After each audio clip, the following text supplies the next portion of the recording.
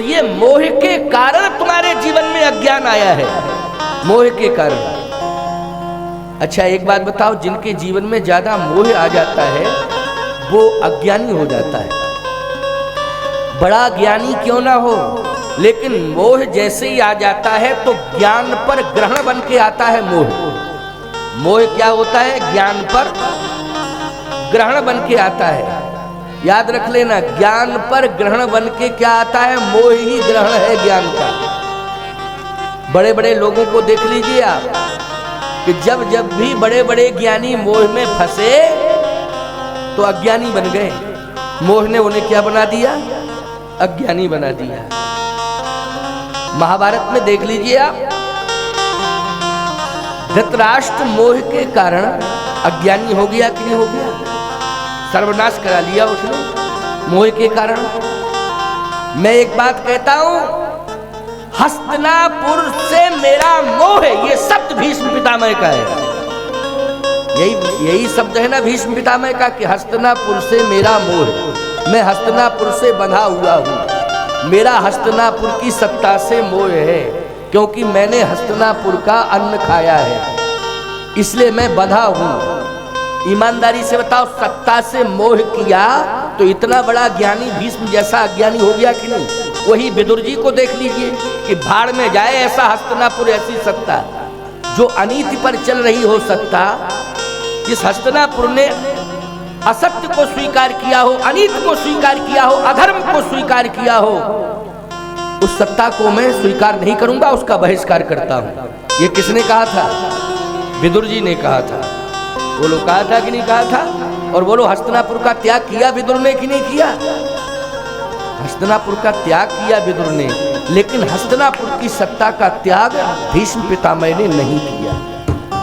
और नहीं किया तो याद रखना परिणति क्या हुई? इच्छा मृत्यु का वरदान पाने के बाद भी 6 महीने तक बाणों की सैया पर लेटे रहे और मौत का इंतजार करते रहे। बोलो परिणाम सामने आ गया कि नहीं आ गया? परिणाम सामने आ गया। तो सीधी सी बात यह है, और तमाम प्रमाण है अज्ञानता के, ऐसी बात नहीं है। यद्यपि भगवान की लीला है, ये ज्यादा हम कुछ कहना नहीं चाहते हैं, लेकिन बहुत सारे प्रमाण हैं। प्यारे, आशीर्वाद देना चाहते हैं दुर्योधन की पत्नी को। बोलो देना चाहते हैं कि नहीं देना चाहते हैं? वो तो भगवान की महिमा है कि वो आशीर्वाद मिल नहीं पाया, लेकिन पूरा का पूरा संकल्प ले लिया था कि मैं आशीर्वाद दूंगा भानुमति को, दुर्योधन की पत्नी को आशीर्वाद दूंगा, सुहागवती रहने का आशीर्वाद दूंगा। सुहागवती होने का आशीर्वाद का तात्पर्य है दुर्योधन को मृत्यु के भय से मुक्त करना। एक ही अर्थ है इसका, और कोई अर्थ नहीं। तो मृत्यु के भय से मुक्त करना। और बोलो आतंकवादी को कोई मृत्यु के भय से मुक्त कर दे तो बोलो कितना बड़ा विस्फोट होगा आगे चल के, सोचो जरा। बहुत बड़ा विस्फोट होगा, बहुत बड़ी क्षति होगी। अगर असामाजिक तत्वों को प्रोत्साहन मिलेगा या किसी महापुरुष की तपस्या का आशीर्वाद मिलेगा तो बहुत बड़ा राष्ट्र का अहित होगा, बहुत बड़ी क्षति होगी। और ये तपस्या का दुरुपयोग कर रहे थे भीष्म पितामह के, दुर्योधन को आशीर्वाद दे दिए और इधर भानुमति को सुहागवती होने का आशीर्वाद देना चाहते हैं। अरे ऐसी दशा में तो मौन रहना चाहिए था, लेकिन मोह आ गया। हस्तिनापुर की सत्ता से मैं बंधा हूं, हस्तिनापुर के साथ मेरा मोह है। बस इसी कारण अज्ञानता का अंधकार छा गया, आंखों में अज्ञानता का अंधकार छा गया भीष्म जैसे ज्ञानी के सामने। और इच्छा मृत्यु का वरदान पाने के बाद भी 6 महीने तक बाणों की सैया पर लेटकर मौत का इंतजार करना पड़ा। विश्वामित्र जी कहते हैं, दशरथ राम को तुम पुत्र मत समझो, राम को तुम संतान मत समझो, राम को तुम इंसान मत समझो। राम ब्रह्म परमार्थ रूपा, राम ब्रह्म है, राम यज्ञ की रक्षा के लिए आए हैं, राम संतों की रक्षा के लिए आए हैं, राम दुष्टों के वध के लिए आए हैं। इसलिए दुष्टों का वध तो राम के द्वारा होगा। अवस्था से कोई लेना देना नहीं है। इनके रोम रोम में अनंत शक्तियां निवास करती हैं, इसलिए अज्ञानता को दूर करो। अब दशरथ जी ने सोचा कि क्या कहें, बाबा ऐसी बात कह चुके हैं कि अब इसके आगे मैं क्या बोलूं। लेकिन राजा तो राजा होता है। देखो भाई, राजा के पास 4 नीतियां होती हैं, साम दाम दंड भेद। कितनी नीतियां होती हैं? साम दाम दंड भेद, 4 नीतियां होती हैं।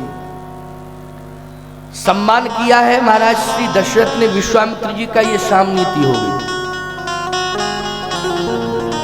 मागो भूम धेन धन कोशा, सर्वस आज देव से रोसा, ये दाम नीति हो गई। जो कुछ है सब ले जाओ महाराज, आप ही का है। लेकिन राम देत नहीं बनत गोसाई, राम नहीं दे सकता हूं। क्यों? यहां पर भेद नीति का प्रयोग किया गया। भेद नीति का, भेद नीति का प्रयोग। हाँ, आप कहोगे कि महाराज कहां से भेद नीति आ गई, तो सुन लीजिए, समझ लीजिए भेद नीति कैसे, स्पष्टीकरण दे रहा हूं। दशरथ जी के मन में एक बात आई कि राम को ये चाहे भगवान समझे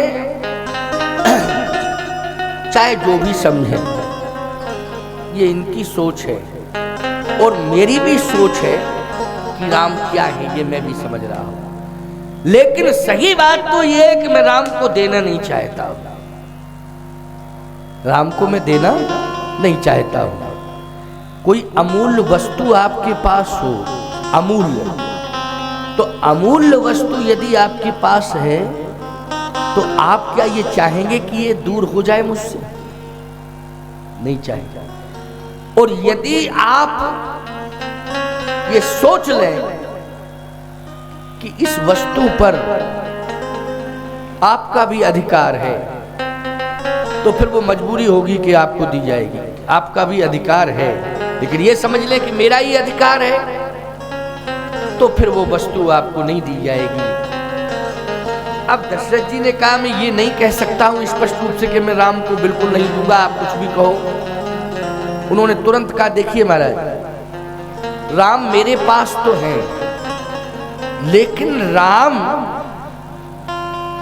धरोहर के रूप में है मेरे पास। अच्छा, तो राम पर सही अधिकार किसका है? दशरथ जी ने कहा यदि आप ज्ञानी हैं तो आप ही बताइए कि राम का अधिकार किस पर है और राम पर किसका अधिकार है और राम का किस पर अधिकार है। विश्वामित्र जी ने कहा देखो, पहला अधिकार तो संतों का बनता है राम का। पहला अधिकार किसका बनता है? संतों का, साधु संतों का पहला अधिकार। आप लोगों का भी है, भक्तों का, लेकिन पहला अधिकार है साधु संतों का, राम का। तो हम संत नहीं है क्या? अगर साधु संतों का अधिकार है तो हम संत हैं कि नहीं?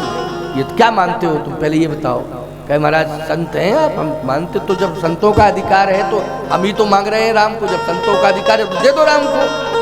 कहे महाराज सुन तो लीजिए, राम को जिसने इस धरती पर उतारा है और पूरा प्रयास किया है, वो प्रयास करने वाला जो संत है, प्रमुख रूप से उस संत का पहला अधिकार है। तो बोले उसका नाम बताओ।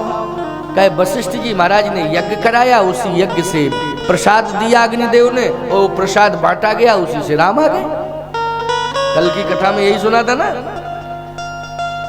अच्छा अच्छा अच्छा, तो इसका मतलब क्या है? इसका मतलब ये कि वशिष्ठ जी महाराज का पहला अधिकार है और फिर सब संतों का है, आप सबका है। लेकिन वशिष्ठ जी महाराज ने हमें दिया है राम को। किसने दिया है? श्री वशिष्ठ जी महाराज ने राम जी को हमारे हाथों में सौंपा है, यज्ञ के माध्यम से सौंपा है। वो अगर कह दें तो हम दे दें राम, उनका अधिकार है, वो कह दें तो दे दें। अगर वो नहीं कहेंगे महाराज तो हम ऐसे कैसे? आप उनसे मांग लो, आप मांग लो उनसे, वो कह दे कि ना दे दो, हम तुरंत दे देंगे, कोई दिक्कत नहीं। अच्छा, दशरथ जी ये सोच रहे थे कि वशिष्ठ जी महाराज इसलिए नहीं कहेंगे क्योंकि 100 बेटे पहले ही मार चुके हैं, उनके भस्म कर चुके हैं। तो वशिष्ठ जी ये कैसे कह देंगे कि नहीं नहीं दे दो दे दो दे दो। दशरथ जी सोच रहे हैं वो मना कर देंगे कि नहीं नहीं नहीं देने की जरूरत नहीं है, हमारे 100 बेटे पहले ही भस्म कर चुके हैं, अब तुम अपने बेटे मत दो, देने की जरूरत नहीं। प्यारे, संत जो होता है ना वो प्रतिशोध को जन्म नहीं देता है। ये नहीं सोचता है कि तुमने अगर मेरे साथ ऐसा किया तो मैं बदला लूंगा इसका, ये साधु की भावना नहीं होती, ये तो सामान्य लोगों की भावना है। तो यही अंतर है। अगर वो साधु की ये बदला लेने की भावना हो जाए कि तुमने मेरे साथ ऐसा किया तो मैं तुम्हारे साथ ऐसा करूंगा, तो साधु नहीं है वो साधु है ही नहीं। साधु कभी प्रतिशोध का जीवन जीता ही नहीं है। साधु स्वभाव से विनम्र होता है। क्या होता है? विनम्र होता है। इतना विनम्र होता है कि संत हृदय नवनीत समाना, नवनीत समाना। मक्खन कितना मुलायम होता है, बोलो। मक्खन अब कल्पना करो, मुलायम बहुत होता है मक्खन। इतना मुलायम हृदय, इतना कोमल हृदय साधु का होता है। वशिष्ठ जी महाराज तो बहुत महान है। वो तो कभी ये प्रतिशोध रखेंगे ही नहीं कि 100 बेटे मार दिए, क्या किया क्या नहीं किया। अरे जब बेटे मरे थे वशिष्ठ जी के, 100 बेटे जल के भस्म हुए थे, तो किसी ने कहा था जाके वशिष्ठ जी महाराज से कि 100 बेटे भस्म कर दिए हैं, क्या सोचा आपने? अरुंधति जी रो रही थी, क्या सोचा आपने? वशिष्ठ जी ने कहा कि वो इतनी ही आयु लेके आए थे, वो इतनी आयु लेके आए थे, बस वो अपना काम पूरा करके चले गए। अब आवश्यकता ही नहीं थी इस धरती पर उनकी, तो वो चले गए। भगवान ने भेजा था और मृत्यु योग उनका था, और इसी विधान से उनका मृत्यु योग जुड़ा हुआ था। तो जो विधान था वो पूरा हो गया। तो ये विधान विश्वामित्र का नहीं है, ये विधि का विधान है। देखिए आप, वशिष्ठ जी का कहना क्या है, ये विश्वामित्र जी का विधान नहीं है, ये विधि का विधान है। तो जो विधि का विधान है वो पूरा होना चाहिए। और याद रखना, भगवान राम का भी वनवास का विधि का विधान था। इसलिए वशिष्ठ जी महाराज ने एक ही बात कही थी, वेग विलंब न करिए नृप, साजिए सकल समाज, लेकिन सुदिन सुमंगल तब ही जब राम होए युवराज। तब ही जब, ये नहीं कहा अब ही, तब ही मानी भविष्य पर छोड़ दिया कि अभी विधान नहीं है, विधान के विपरीत काम मत करो, ऐसा होगा ही नहीं। तो राम जी को वन जाना पड़ा कि नहीं जाना पड़ा। इसलिए वशिष्ठ जी कभी विधि के विधान में व्यवधान नहीं बनते हैं। वो कहते हैं जो विधि का विधान है वो पूरा होगा। इसलिए ये मेरे पुत्रों के साथ जो घटना घटी, ये क्या है? विधि का विधान है। माध्यम विश्वामित्र जी बन गए, लेकिन विधि का विधान है, इसलिए इसे विधान मान करके बस समस्या का समाधान समझ लेना चाहिए। इसमें व्यवधान बनने की आवश्यकता नहीं है। बस इतना कह करके उन्होंने उस समय पटाक्षेप कर दिया। आज दशरथ जी सोच रहे हैं कि विश्वामित्र जी महाराज से कह देंगे, गुरुदेव वशिष्ठ जी, जाओ बाबा, हम जानते हैं तुमको, तुमने क्या किया मेरे बेटों के साथ में, अब राम जी कहीं नहीं जाएंगे, ऐसा सोच रहे थे। लेकिन विश्वामित्र जी इस बात को जानते हैं कि वशिष्ठ जी महान संत हैं, साधारण नहीं है। वो निश्चित रूप से धर्म की रक्षा के लिए, यज्ञ की रक्षा के लिए वो राम को देंगे, क्योंकि इस मर्म को जानते हैं कि राम अयोध्या की सोने की दीवार के अंदर रहने के लिए नहीं आए हैं, न सोने के पालने में झूलने के लिए आए हैं, और न मणि जटी टंगनाई में खेलने के लिए आए हैं। ये राम तो यज्ञ की रक्षा करने के लिए आए हैं, संतों की रक्षा करने के लिए आए हैं। ये राम सोने की चार दीवारी के अंदर रहने के लिए नहीं आए। विश्वास का बुलाओ। वशिष्ठ जी महाराज को बुलाया गया राज दरबार में। बड़ा सुंदर दृश्य है। वशिष्ठ जी महाराज को बुलाया गया राज दरबार में, और जैसे ही वशिष्ठ जी महाराज प्रवेश करते हैं, देखा विश्वामित्र जी बैठे हैं। तो याद रखना, आसन बैठने के लिए उचित आसन था बैठने के लिए। लेकिन उस उचित आसन की ओर नहीं गए विश्वामित्र वशिष्ठ जी महाराज। विश्वामित्र जी जिस आसन पर बैठे थे उधर ही गए। तो देखने वालों ने सोचा कि देखो देखो देखो, अपनी आसन की ओर नहीं गए, जहां विश्वामित्र बैठे उधर ही जा रहे हैं। लगता है कि टकराव की स्थिति बन गई। देखने वाले होते हैं, क्या करोगे, टकराव की स्थिति बन गई। और जैसे विश्वामित्र जी के समीप पहुंचे वशिष्ठ जी, उसी समय विश्वामित्र जी खड़े हो जाते हैं। और जब विश्वामित्र जी महाराज खड़े हुए तो वशिष्ठ जी महाराज ने विश्वामित्र की भुजाओं को पकड़ा और हृदय से लगा लिया। अब दोनों संत हृदय से हृदय मिलाकर मिल रहे हैं। पूरी अयोध्या देख रही है कि दोनों संत क्या कर रहे हैं, हृदय से हृदय मिलाकर मिल रहे हैं। दोनों संतों की आंखों में आंसू हैं। वशिष्ठ जी ने कहा विश्वामित्र जी से, महाराज अयोध्या तो आप आए लेकिन विलंब से आए। अयोध्या तो आपकी ही है। ये जितने भी राजा बने हैं हरिश्चंद्र के बाद, वो आपकी कृपा से बने हैं। सबकी अनुकंपा नियुक्ति हुई है, समझ गए हो कि नहीं? सब आपकी कृपा से बने हैं, क्योंकि मुख्य रूप से तो आप हैं। इस अयोध्या पर पहला अधिकार आपका है, क्योंकि अयोध्या तो हरिश्चंद्र आपको दे चुके हैं। किसको दे चुके हैं? आपको दे चुके हैं। बोलो, हरिश्चंद्र जी ने पूरी अयोध्या किसको दे दी थी? राज्य किसको दिया था? विश्वामित्र जी को दिया था कि नहीं? और जब राज्य विश्वामित्र जी को दिया था तो पहला अधिकार किसका बनता है? विश्वामित्र जी का बनता है। इसके बाद जितने राजा हुए हैं वो कृपा से बने हैं। कृपा पर क्या है? कृपा। इसलिए आप मुख्य हैं, मालिक हैं, आपकी अयोध्या है, लेकिन आप विलंब से आए। विश्वामित्र जी ने कहा मैं तपस्या कर रहा था। तपस्या? तपस्या क्या है? तपस्या यही है, यज्ञ करना भी तप है। यज्ञ करना क्या है? तप है। लेकिन मेरा तप पूरा नहीं हो पा रहा है, व्यवधान हो जाता है। महाराज क्या व्यवधान होता है? कहा जब जब भी मैं यज्ञ करता हूं, हमारी स्वभाव आकर के व्यवधान कर देते हैं, यज्ञ सफल ही नहीं हो रहा है। लेकिन आपका यज्ञ ऐसा सफल हुआ, ऐसा सफल हुआ कि लोग यज्ञ करते हैं भगवान को प्राप्त करने के लिए, लेकिन ऐसा आपने यज्ञ किया कि भगवान तो प्राप्त ही हो गया, लेकिन भगवान भगवान के रूप में नहीं, भगवान तो संतान के रूप में अयोध्या को प्राप्त हो गया। ऐसा तप आपने किया। आपके यज्ञ पर मैं बलिहार हूं। आपका यज्ञ महान है। मैं भी चाह रहा हूं कि मेरा यज्ञ भी सफल हो जाए। इसके लिए मैं आज राम जी को मांगने के लिए आया हूं, लेने आया, राम को लेने आया। अच्छा, तो आप राम को लेने के लिए आए हैं तो मना किसने किया? अगर आप लेने आए हैं तो मना किसने किया? विश्वामित्र जी कहने लगे महाराज वशिष्ठ जी, मना करने वाला कोई दूसरा नहीं है। मना करने वाले तो तुम्हारे शिष्य ही हैं, ये दशरथ, इन्होंने मना किया। वशिष्ठ जी ने कहा क्यों दशरथ, क्या तुमने मना किया? कहे हाँ महाराज किया तो है। क्यों मना, क्यों किया? मना सत्य बोल रहा हूं इसलिए किया कि राम से मेरा मोह हो गया है। क्या हो गया है? मोह। और मैं राम को दूर नहीं करना चाहता हूं, क्योंकि राम से मेरा मोह हो गया है। वशिष्ठ ने कहा यही तुम्हारा अज्ञान है। ये क्या है? अज्ञान है। एक बात आपको बता रहा हूं, आप किसी वस्तु से मोह करते हैं।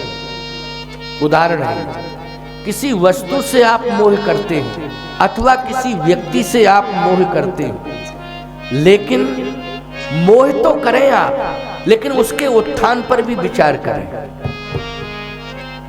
समझ रहे हो कि नहीं? वस्तु से मोह करें, लेकिन वस्तु की सार्थकता क्या है इस पर भी विचार करें। इस वस्तु की सार्थकता क्या है? जैसे आपने फल लिया, प्रसाद के माध्यम से आपको फल मिला, ये प्रसाद मिला। अब आप उससे मोह कर रहे हैं, हमारा प्रसाद है, आप धरे रहो, उसको खाओ ना या किसी को बांटो ना। तो बोलो वो किसी काम का रहेगा प्रसाद? जल्दी हो ना, तो आप खा रहे हैं ना किसी को बांट रहे हो, करे हो मेरा प्रसाद मुझे मिला है, मेरा प्रसाद मुझे मिला है। तो बोलो किसी काम का रहेगा वो प्रसाद? उसका अस्तित्व समाप्त हो जाएगा कि नहीं? इसका मतलब है कि मोह तो कर रहे हो लेकिन अज्ञानी हो, उसकी सार्थकता सिद्ध नहीं कर पा रहे हो, प्रसाद के अस्तित्व को तुम नहीं समझ पा रहे हो। ये राम तुम्हें यज्ञ के प्रसाद से मिले। किससे मिले हैं? यज्ञ के प्रसाद से। और प्रसाद स्वरूप श्री राम आपको मिले हैं, ये यज्ञ का ही प्रसाद है। राम क्या है? ये यज्ञ का प्रसाद है। और यज्ञ के प्रसाद को अगर तुम केवल महलों के अंदर ही सीमित रखोगे और इस यज्ञ के प्रसाद को यत्र तत्र सर्वत्र जो है वितरित नहीं करोगे, इसके प्रभाव को समाज तक नहीं ले जाओगे, तो याद रखना ये यज्ञ के प्रसाद राम जो तुम्हें मिले हैं, ये राम केवल अयोध्यानाथ बन के रह जाएंगे, ये राम विश्वनाथ नहीं बन पाएंगे। इसलिए राम को केवल अयोध्यानाथ नहीं बनाना है, राम को तो विश्वनाथ बनाना है। और राम तो इतने महान हो गए यज्ञ की रक्षा करके और राक्षसों का वध करके कि विश्वनाथ के भी नाथ बन गए। बोलो विश्वनाथ के क्या बन गए? नाथ बन गए, विश्वनाथ के भी नाथ बन गए। यह है यज्ञ का प्रभाव। ये किसका प्रभाव है? यज्ञ का प्रभाव।